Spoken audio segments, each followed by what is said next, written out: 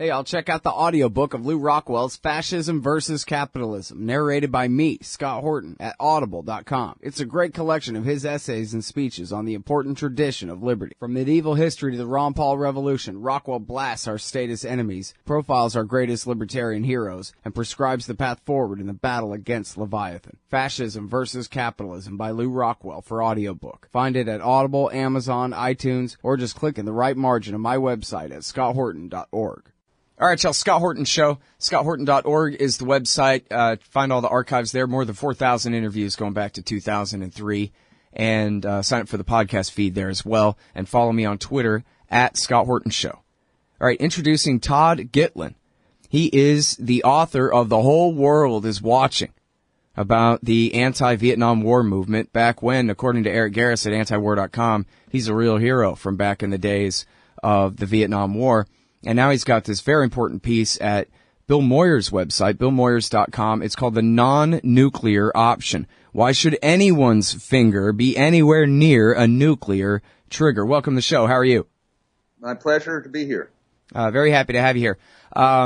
So you mentioned how nukes have come up in the campaign here because everybody's sort of worried about what Donald Trump might do with them. But you don't seem to be too reassured that Hillary is more likely to win at this point. Why is that? Well, let me back up for a second. What I've been doing at billmoyers.com for I guess 3 months now has been writing about elements of the coverage. And, of course, there's been a lot to say. So I just recently started a series on sort of what are issues in the campaign that ought to have been raised and have not been. And it struck me that, of course, the overriding issue, I think the great emergency of our time, the unacknowledged emergency of our time, is nuclear weapons. And the only way the issue came up was obliquely, as you were suggesting, because a number of times Hillary Clinton has said that this is, and I think her ads are saying that this is not a guy whose finger should be anywhere near the nuclear button. But that raises the question of what the nuclear button is and whose finger should ever be near it. So I thought it would be a timely moment to talk about what actual American policy is and with respect to the use of nuclear weapons. And the news is not shining. In fact, American policy is to hold open the option of the first use of nuclear weapons, either in a case where the United States is attacked with nuclear weapons or in a case where an American ally is attacked with nuclear weapons, or a case where another country who's allied with a country that has nuclear weapons strikes first, whether nuclear or not. Now, not to get lost in the weeds of it, what this means is that the United States holds open the option of beginning a nuclear war. And so I did several things in this piece. First of all, I reviewed how close we came to a nuclear war in 1962. Some of your listeners will remember this and some won't. I remember it vividly because I was a student activist against nuclear weapons. And it wasn't till a few years ago that I found out through some historical research, Martin Sherwin at George Mason University is the chief researcher, scholar on this, that actually we came within a hair's breadth of nuclear war in 1962. Without going into the whole story, unless you want to hear it, there was go ahead, tell them. Oh, okay. Well, yeah, people should understand this. I mean, it's breathtaking. So Kennedy had quarantined or blockaded Cuba when the U.S. got evidence that the Soviet missiles had appeared in Cuba. So that was on October 22nd, 1962. 5 days later, Soviet submarines were in the vicinity of Florida. They had been rushed there. They had their normal habitat was in the North Atlantic. There was a group of them, and they were located by American surveillance near the Georgia-Florida coast, and they were sort of underwater. And the Soviet policy had been, we now know, again, and there are Soviet military and political leaders who talked about this subsequently. There have been international meetings to review what happened during the missile crisis, which was the closest the world has ever come to a straight-on nuclear war, and except for accidents and so on. But this time there was sort of really a virtual war situation. I mean, all but declared war, and it almost went nuclear. So the situation was that the instructions to the Russian fleet were to check in with headquarters in Moscow before making any moves other than just simply hanging around. But the submarines were underwater, and their communication with Moscow was disrupted. They were not getting a message, and they'd been told that if you don't get a message, the way you should read that, you should assume that there is a war and we've been wiped out, and so you should launch. Now, each of these submarines, I believe there were 3 of them, or 4, each had 22 torpedoes with a range of, I believe it was 12 miles. And one of those torpedoes in each submarine was nuclear. So meantime, they're underwater. The ship is shaky. The submarine is shaking because the Americans are dropping depth charges and hand grenades up on the surface to try to lure them out. That's a standard technique you do. You sort of rattle the sub and try to get them to surface. And so you're underwater. The ship is rattled. So you have on board, the command structure is you have a captain, the commander rather, you have the chief political officer, and then by accident, this particular submarine had on it the commander of the entire fleet. He had to be on one of the submarines, so it just happened by chance he was on this one. So the commander of the sub said, well, the instructions say if we haven't heard, we should launch. Let's launch. And the chief political officer said, let's launch. In the meantime, I should explain that because these submarines have been sent down from the Arctic, and Russia was not in the business of patrolling in subtropical waters, the submarine had no air conditioning. And it was sweltering. At one place in the engine room was registered 140 degrees Fahrenheit temperature. They've run out of fresh water. The rest of the submarine's at 113 degrees. I think it's safe to say you've got a very rattled and not calm thinking crew. So the decision is now left to the commander of the entire fleet, a man named Arkhipov. A naval officer in his 30s. And he said, well, let's wait and see. Let's wait and see. When we get to the surface, whenever that is, we'll be able to check in with Moscow. There's no urgency. So had Arkhipov not intervened, they would have launched a nuclear submarine at the American fleet nearby. Now, that American fleet included a number of destroyers and an aircraft carrier. A head-on nuclear attack on the American fleet in that place, very likely, I would say to a near certainty, would have invoked an American nuclear response. So that's how close we came in 1962. Long story here about how policy has changed since then. The policy at first use was slightly modified under Bill Clinton when he was president in 1997. And so far as we know, there have been no modifications to the policy since. It's not clear whether... Well, Obama changed it. In 2010, he said we no longer reserve the right to use nukes against non-nuclear weapon states unless it's Iran. But against nuclear weapon states, we still reserve the right. I don't think we have the actual text of the order. In the case of the Clinton thing, it's become public. But in any case, you're right. That was a softening of the policy. Still, I think there's a lot of uncertainty about what the policy is. And there's a strong push from people, not only, the usual anti-war suspects, but people who come out of military and Pentagon lives, who say enough already. We are really actually, despite the diminution of nuclear weapons in the world, we are actually closer to nuclear war than ever before. This was said recently by former Defense Secretary Perry, who is not by any means, a peacenik, but he's a sober head, and he recently published a memoir called, I believe, My Life at the Nuclear Brink.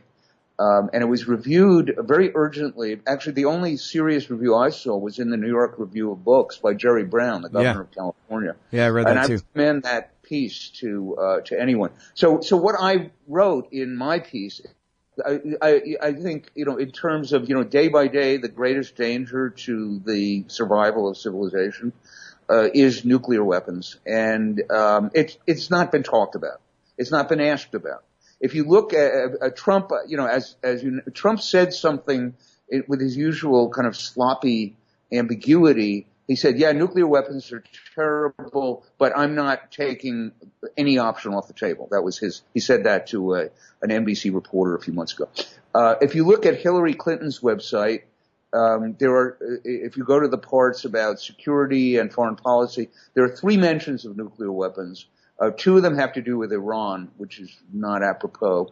And then the third one is a sort of a general statement about nuclear danger, but nothing specific about policy. It's all quite vague. So there you have it. I mean, it's a non-issue in the campaign, and I was urging that our journalists, such as they are, pay attention. It just was not jump to prominence in the headline, like emails or, a Mexican marauding rapist, doesn't mean it shouldn't be aired.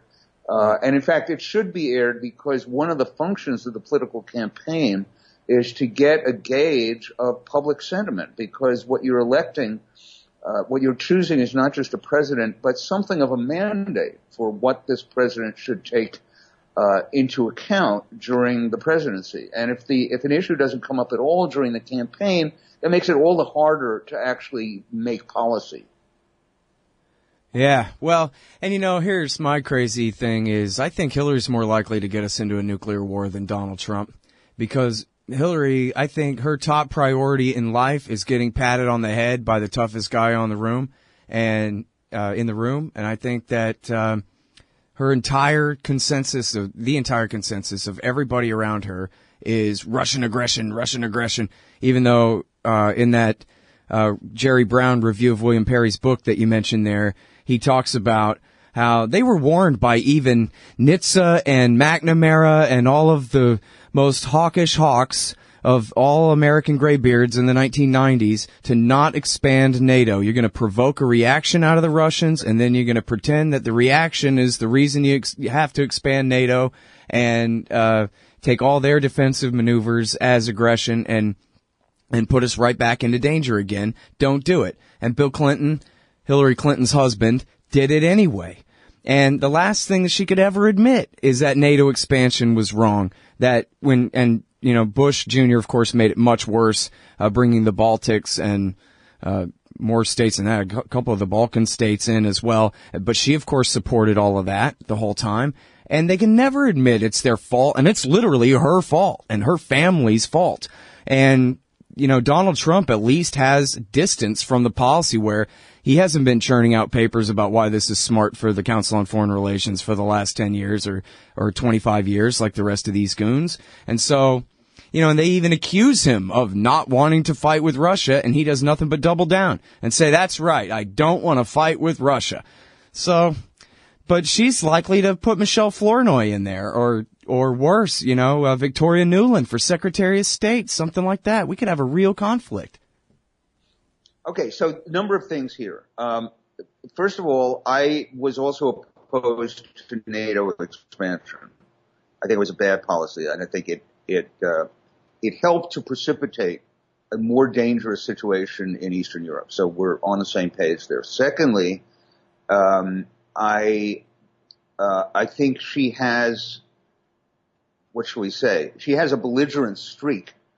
And there's a reason, therefore, I mean, it's not incidental that she voted for the ruinous Iraq War, and it's not incidental that she has the support of a lot of the neocons. However, here's where I disagree with you. I don't think that her principal goal is to be patted on the head by the most hawkish. I think that it has been what shall we say? It's a subsidiary move. She's a very intelligent woman. She's not reckless. She's done some very stupid things, and I have serious differences with her about foreign policy. However, and this is where I think we diverge, she is not a lunatic. Trump is a lunatic. I don't care what he says.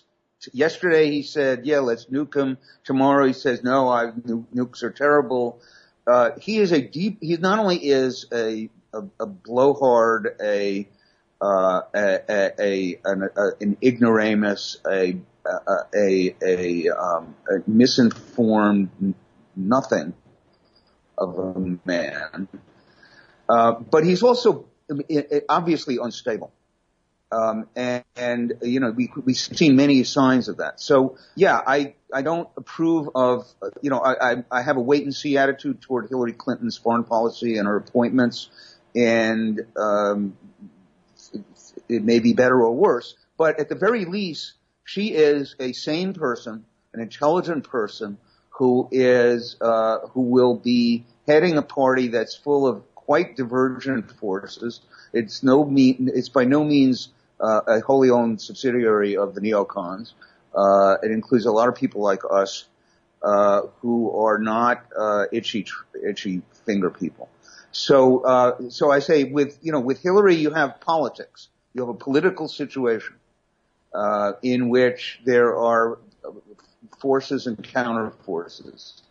I don't think John Kennedy ran a campaign in 1960 in which he sounded like by far the more hawkish candidate. Nixon was actually more sort of status quo guy, and Kennedy sounded like the more belligerent guy. It didn't work out that way, partly because Kennedy was actually trying to show that he could be as more rugged than Nixon. Well, and as you just said, he almost got us into a nuclear war. And he almost got us into a nuclear war. But here's the other thing, and I mean, I started my political life as an opponent of John Kennedy, but it also has to be said that when they got to the brink, Kennedy then devoted himself to beginning a process of ending the Cold War within a few months. So yes, and by the way, if you examine the transcripts of the meetings they were having in the White House about what to do about Cuba and the missiles, Kennedy was actually the leading dove. See, I'm with you here, but I think Hillary is LBJ. If Obama is JFK, Hillary is LBJ. And all the people surrounding her are saying that Obama's weak because he didn't arm up the Ukrainian government and make the war in Ukraine worse. And Obama was reluctant and said, well, we'll send him some trucks. How about that? And we'll send him some trainers. You're pointing at one issue. Well, that's kind of the issue, isn't it? Well, no, it isn't. There are so many issues. Ukraine is an issue. Sure, China is an issue. Everything in Latin America is an issue. Everything in the Middle East is an issue. Iran is an issue. The world is very tangled and dangerous. And I'm not trying to coat her, universally brilliant. I disagree with some of her policies, but again, she's a grown-up. Well, see, I mean, this is actually. Let me say this. Let me say this to you real quick, Todd. I agree with everything you said about Trump. I'm not pro-Trump whatsoever, or even Gary Johnson. I mean, I'm anti-everyone in this thing. I kind of like Jill Stein, honestly. She did the show before, and she was sound on virtually everything. I'm not agreeing myself, but I at least respect her. But please don't misunderstand me that I'm defending Trump's position here necessarily on anything or what have you. But when you talk about how sane and rational and what an adult Hillary is, that's the part that scares me. That's the very worst thing, because what that means is that she fits perfectly in the Washington consensus. And the Washington consensus is completely mad. The Washington consensus is that we should be sending tanks and guns to the Kiev junta in order to fight the secessionists in the East. And where Obama was very reluctant and had a lot of pressure, never even mind the Republicans, had a lot of pressure inside his own national security state pushing him to do it, and he just wouldn't do it. You may have seen where General Breedlove, the Supreme Allied Commander of NATO's emails were hacked, where he was trying to do an end run around Obama. What can I do to make this president arm the Ukrainians? And he was even trying to go around him and get the Pakistanis to send in some shoulder-fired missiles and this kind of thing. And if you read that article but put Hillary in the chair instead of Obama, I'm not really an Obama fan. Like you said, you started out, opposing JFK back then. It's not like anybody's got to really be for Obama. But if you compare him to her, he is calm, cool, patient wisdom compared to Hillary, who would have done whatever Breedlove said. If Breedlove wants weapons, let's give him weapons. I think this is where we disagree. You are quite confident you know that. You also had said a few minutes ago that she's the worst thing. I'm sorry. I can't see how a rational person can say that. You're talking about, so your choices are, and these are your choices, man. This is the world as it is. Number one, a lunatic, reckless, ignoramus, lying, crackpot. Number two, a woman who is intelligent, who has made some hawkish judgments in the past, who is, as I would add, as a woman, I think felt a special pressure to sound hawkish. Big things happen to people when they discover they're in the White House. It happened to Kennedy, and that they command, at present time, 7,300, I believe it is, nuclear weapons. Yes, is it a sure thing that Hillary would guide us to a soft landing in which we avert nuclear war? No, it's not a sure thing. But I don't know a lot of sure things in politics. I do know one sure thing, which is that Donald Trump is a clear and present danger. Well, yeah, no, of course. I mean, it's just a matter of degrees. They're all clear and present danger to me. No, but you say, of course, it's not just a matter of degree. There are times when history presents you with really ugly choices. Okay? Or really, let's say, less than ideal choices. To me, as a war baby, maybe, that this is this is the history I grew up into, although I didn't understand it till much later. In 1941, America had two choices for ally. Number one was Hitler. Number two was Stalin. The right choice was Stalin. Stalin was a monster. Stalin was one of the great monsters of the century. Stalin might have killed more people than Hitler. It was absolutely necessary to be allied with Stalin. That was not pretty, and it had a lot of ugly consequences, but it was absolutely necessary. Now, I'm not saying that Hillary Clinton is Stalin. I'm just saying that's a real put up or shut up, push comes to shove, historical question when there were no pleasing choices. You drink coffee, I drink coffee, just about everyone drinks coffee. So why bother with anything but the best? Darren's Coffee is roasted at his new shop in Claremont, Indiana. And coming soon, you can order on Amazon and support the show by using Scott Horton's affiliate link. Darren'sCoffee.com. Because everyone deserves to drink great coffee.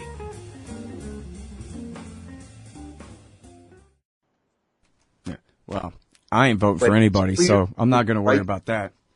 But, honestly, look, I'm just like you said earlier. This is the most important issue. The issue of America's relationship with Russia makes every other issue on the planet seem like nothing, seem completely insignificant. And on this particular issue, as much of a crackpot as he is, I don't think he's any more reckless than her when it comes to the relationship with Russia. And especially when they're talking openly about having Victoria Nuland be the Secretary of State. Well, look, Putin is playing him. And, I mean, don't fall for this. Putin, is much smarter than Trump. Putin knows he's more smarter than Hillary, too. I doubt that. I seriously doubt that. He may be more shrewd. But then again, he's less, he's an autocrat. He's a dictator more or less, so he doesn't actually have to. Well, do you think it would be a smart decision to make Victoria Nuland the Secretary of State? A second, but you're jumping, first of all, I suppose that's a possibility. It's by no means a certainty. Number two, as I said, Hillary is a very shrewd person. The worst thing you've mentioned, the worst scenario you presented us, is the scenario of General Breedlove. Well, we're not, who was stopped by Obama. We're not choosing Breedlove for president. We're not choosing somebody who's, itchy for war. Maybe Victoria Nuland is or not. I don't know that much about her, but I understand there's a case to be made about her provocations. Fine. That's problematic. But we're not choosing a general, and we're not choosing a Secretary of State. We're choosing the president. Yeah. Okay. But look, when you choose George Bush, you choose AEI and GINSA and WINEP too. And when you choose Hillary, then you choose CNAS and Brookings Sabin Center and the New America Foundation and her pet. So you get Anne-Marie Slaughter and you get Strobe Talbot and Anne-Marie Slaughter was not Dick Cheney. Anne-Marie Slaughter had an important but not all-powerful position in the State Department. She had a policy planning chief, I think it was. That's not the same thing as putting in place a vice president of the United States who is a right-wing hawk with... Well, again, look, I'm not arguing anything for Trump at all. I'm just saying on the issue of Russia... On the issue of Russia, he says, I think we ought to get along with Russia. And she says, he's a Kremlin agent, everybody. Dur, dur, dur. I mean, she is qualitatively and quantitatively worse on Russia issues. In fact, he even had an advisor who had worked for the previous government in Ukraine that America overthrew. So at least Trump had the truth of who overthrew the government and started the crisis in Ukraine in 2014 was at least available to Trump, where it was Hillary's predecessor and her protege, Victoria Nuland, and her predecessor, John Kerry, that did the coup d'etat. She could never admit it. She has to pretend that the crisis in Ukraine started with the seizure of Crimea a month later, after the coup. Donald Trump, on this particular issue, at least is, all I'm saying is she's worse. I'm not saying even anything really good about him. Just she's worse, and this is, as you said, the most important issue in the world. You're profoundly wrong. That's all I can say. And I think you're cherry picking points. You're loading the dice to choose maybe the most possibly aspect of Hillary Clinton. I am not an expert on Russian-Ukrainian relations, so I can't engage with you on that. Remember what we started out talking about here are risks of nuclear war. Right. And this is the single greatest risk of nuclear war in the world right now, is war in Ukraine. Excuse me.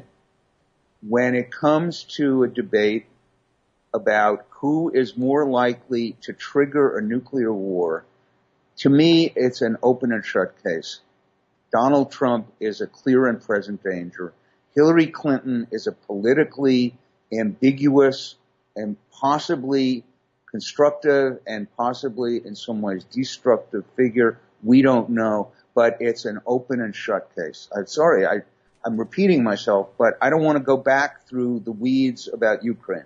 You're singling out one question and one line of argument as if it overpowers everything else. I can't agree.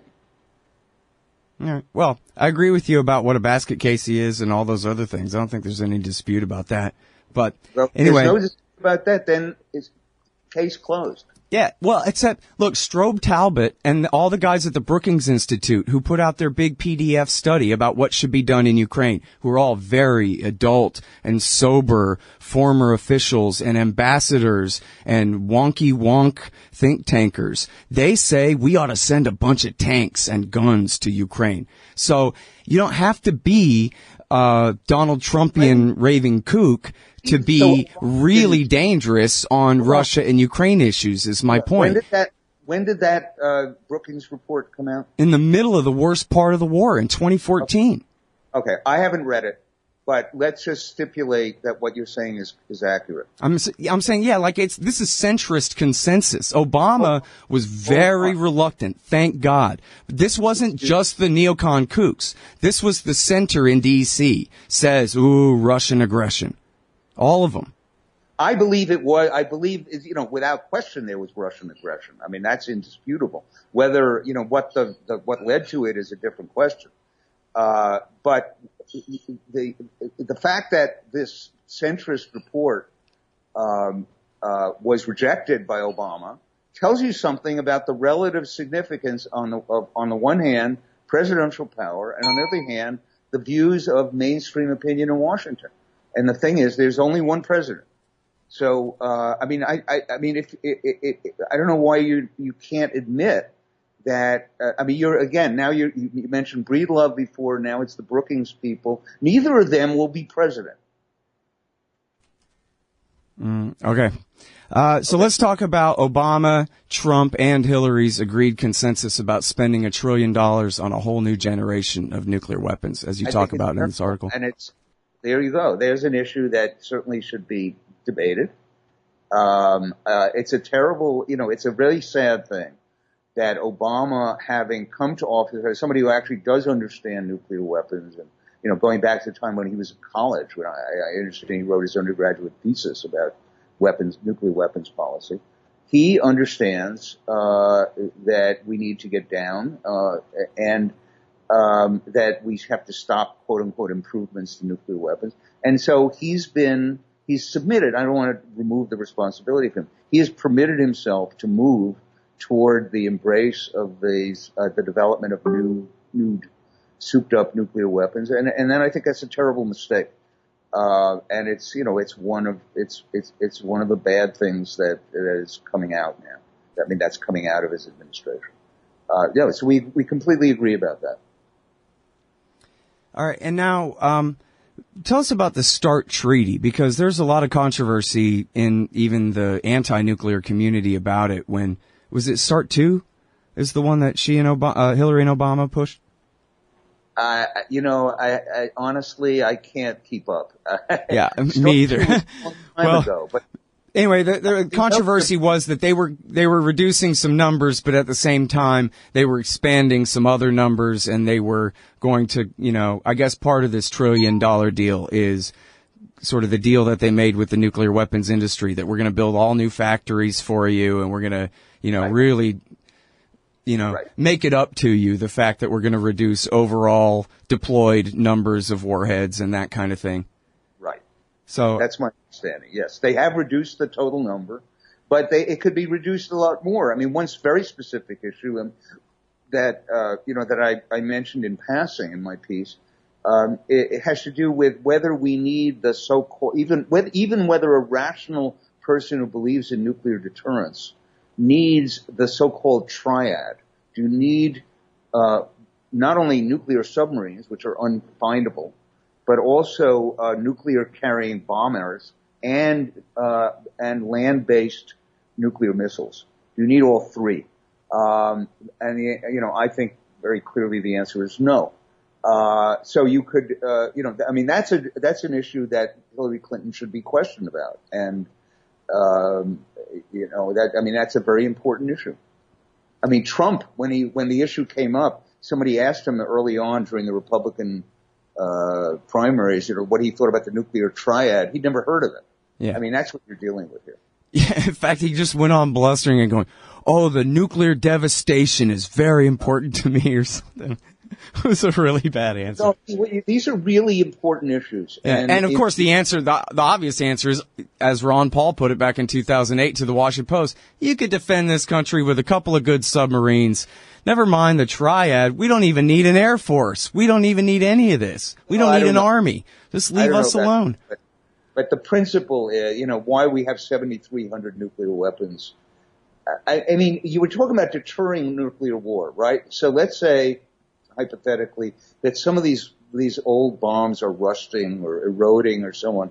So let's say, you're, Spectre or Kim Il, whatever his name is, and you're contemplating an attack on the United States, and you think, well, I don't know, maybe I can get away with it because they've got 7,300 weapons and maybe 2,000 of them are kind of rusty, but so we might luck out. I mean, come on. Not even Kim Il-un or whatever his name is thinks like that. The very possibility that, that more than zero nuclear weapons, would be launched against you, I think is, there's your game changer right there. So, in a sense, the principle that you articulate from Ron Paul, maybe it's exaggerated, but the principle is basically right. Nuclear weapons are, not only hideous, but they're not weapons and they're not necessary. And really, they can virtually only be used in a way that kills indiscriminately. I guess if there's a field of nuclear silos way the hell out somewhere in the middle of Siberia or something, you could consider that, an exception. But mostly they're made for killing cities full of innocents. Yeah, that's true. And it's also true that they generate fallout and they have climatic effects. It's not just, it's out there in a pasture with nothing but cows around it. It's, you're talking about, immense damage. Just to give you an idea, by the way, I meant, this story I told you before about the submarine in 1962. I neglected to mention that each of the Russian-tipped torpedoes had the power of a Hiroshima bomb. And that was 54 years ago. Today, the bombs are vastly bigger in scale. Those were at 15 kiloton. Today, the bombs are of the megaton scale. Mm-hmm. The mega means, is 1,000 times stronger. 1,000 times stronger. 1,000 Hiroshimas from one missile. That's what you're talking about. Mm-hmm. Yeah, as Daniel Ellsberg likes to say, the Nagasaki bomb, the implosion plutonium fission bomb from Nagasaki, that's now the blasting cap that's used to set off the hydrogen fusion reaction. I'm not surprised, yes. That's right. A hell of a blasting cap for a hell of a bomb there. Yeah. No, this is insanity. And, to go back to what you were saying before, I think it is true that the conventional wisdom in Washington is in this sense, and in its important sense, insane. That is true. And, and the consensus in America, in American politics and among the elites about the, sort of viability of nuclear weapons is a doomsday, assumption. I got a letter when my piece in Moyers.com came out. I got a long letter from a retired rear admiral. Interesting, I thought, that he took the time to write, and he made the standard sort of arguments about the value of a nuclear deterrent. And he said, well, look, we've got, what do we get out of this? We got a long peace. You hear this from people who believe in nuclear deterrence. We've got 70 years of peace. Now, as I wrote back to him, obviously, you can't tell the Vietnamese we got, 70 years of peace, or the Cubans, or the Guatemalans, or, a lot of other people who were out on the quote unquote fringe of the Cold War. But let's just suppose, for the sake of argument, I'll give you that point. But, if you believe in the value of nuclear deterrence, it doesn't have to work for 70 years. It has to work forever. Forever. You don't get to make a single mistake. You don't get back to the roulette table a second time. Right. That's the craziness. Well, the other thing is, too, it's almost impossible to imagine, isn't it, that any country would get nuked and then would say, nope, we're not going to respond in kind. It just wouldn't be right. Too many innocent people would die. No way. Somebody nukes somebody, they're going to get, assuming they nuke another nuclear power, it's going to escalate and escalate. In fact, I've been reading about how the Russians and the Americans both have a doctrine where in some circumstances they'll explode one nuke that's supposed to send the message that you better chill out because we're willing to use nukes. And yet, what is that going to do other than send the message that so you better shoot every one you've got right now rather than back down? This is an ancient problem in nuclear strategy, and it will remain a problem as long as the nukes are out there, because essentially what all of these strategists are saying is, I'm a gambling man. Maybe the odds are only 1 in 1,000 that will blow up the world, but I'm a gambling man. I'll buy a Powerball ticket even though the odds are much worse than that. So they want to play chicken, and that is a collective insanity.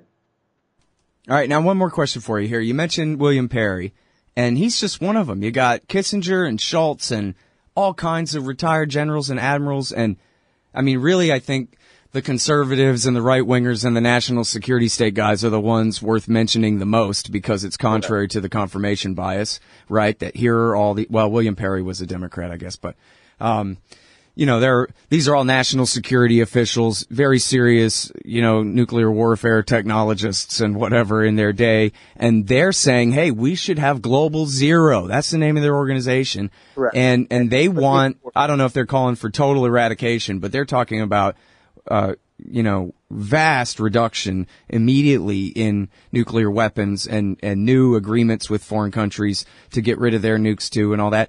And yet, for all the gravitas or whatever that these men, these American graybeards of the establishment, et cetera, the so-called wise men and whatever of our age, bring to this, as you were pointing out earlier, nobody cares. It's just not even an issue at all.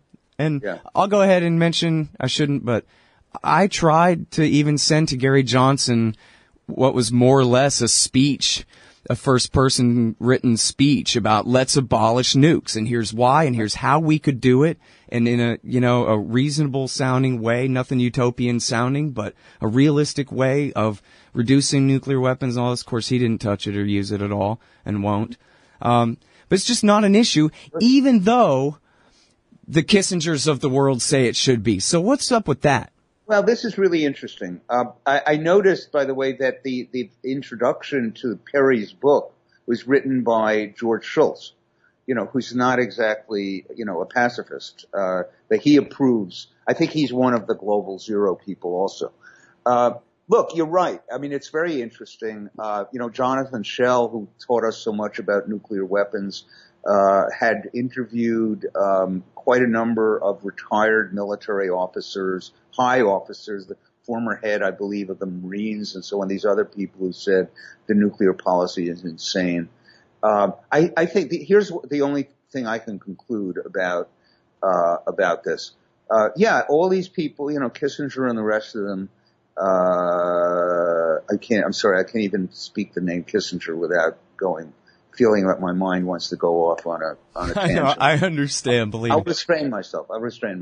But these people say, we should do that. But they're not doing anything about it. It's sort of it's a freebie.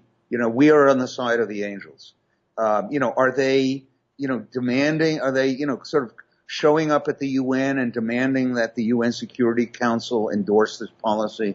What are they really doing? It's a letterhead. It's a letterhead. Right. And, so it's not very significant. It's sort of it's a do-good gesture. I'd love to see them actually do something about it. I'd love to see them announce that, the first day that the new president is office, they, want a White House meeting to talk about the urgency of eliminating nuclear weapons. I mean, that would get my attention. Yeah. Well, at the very least, they make a real good prop for us that, look, somebody like William Perry, who worked in nuclear weapons strategy, his whole life, and people like, Daniel Ellsberg, a lot of people don't really understand, what a role he had. He was a serious nuclear warfare strategist in the DoD himself. And, right. And when these people talk, they really know what they're talking about, warning against, the current policies as it is. So, I wonder though, oh, I'm sorry, go ahead. Ellsberg actually in the White House in the 60s, was instrumental to designing the American nuclear war plan. Yeah. His father actually had helped create the assembly lines, design the assembly lines for the factories that made the A-bombs. and had turned down the job of designing the factory to make the H-bombs because he said it was a war crime. And then Ellsberg said there's a lesson there. His father should have leaked to the press right then that they're going to make H-bombs because they were denying it. And his father knew the truth, that they had tried to hire him for the contract, and that should have been the first Ellsberg whistleblower right there. Another lesson for, people in the civil service about doing the right thing and when it matters the most before the evil takes place or as soon as you know it. But anyway, what you said made me think of an idea that maybe there would be a way for people who are grassroots anti-nuclear activists like yourself and some of the guys at the Los Alamos Study Group and places like that maybe we could form our own little committee to put pressure on Global Zero to do exactly what you said. Hey, man, how about you guys get off your duff and on one of these Tuesdays, you go to D.C. and actually try to push this thing. And, well, that's part of the idea. It should be. As we've certainly established here, it's the most noble cause on the planet is at least reducing the risk of nuclear war, if not getting rid of the risk entirely. So. Absolutely. All right. Well, listen, I've kept you way over time. I'm sorry for arguing so much about politics. That's all right. But anyway, great to have you on the show. Thank you very much, Todd. Yeah, my pleasure. Okay. Be well. Bye-bye. All right, y'all. That is Todd Gitlin. He is professor of journalism at Columbia. And he wrote this thing, The Non-Nuclear Option for Bill Moyers. And that's the Scott Horton Show. Check out the archives at scotthorton.org and sign up for the podcast feed there as well. Follow me on Twitter at Scott Horton Show. You hate government? One of them libertarian types? Or maybe you just can't stand the president, gun grabbers, or warmongers. Me too. That's why I invented LibertyStickers.com. Well, Rick owns it now, and I didn't make up all of them, but still, if you're driving around and want to tell everyone else how wrong their politics are, there's only one place to go. LibertyStickers.com has got your bumper covered. Left, right, libertarian, empire, police, state, founders quote, central banking. Yes, bumper stickers about central banking. Lots of them. And, well, everything that matters. LibertyStickers.com. Everyone else's stickers suck. Hey, y'all, Scott Horton here for WallStreetWindow.com. Mike Swanson knows his stuff. He made a killing running his own hedge fund and always gets out of the stock market before the government-generated bubbles pop, which is, by the way, what he's doing right now, selling all his stocks and betting on gold and commodities. Sign up at WallStreetWindow.com and get real-time updates from Mike on all his market moves. It's hard to know how to protect your savings and earn a good return in an economy like this. Mike Swanson can help. Follow along on paper and see for yourself. WallStreetWindow.com.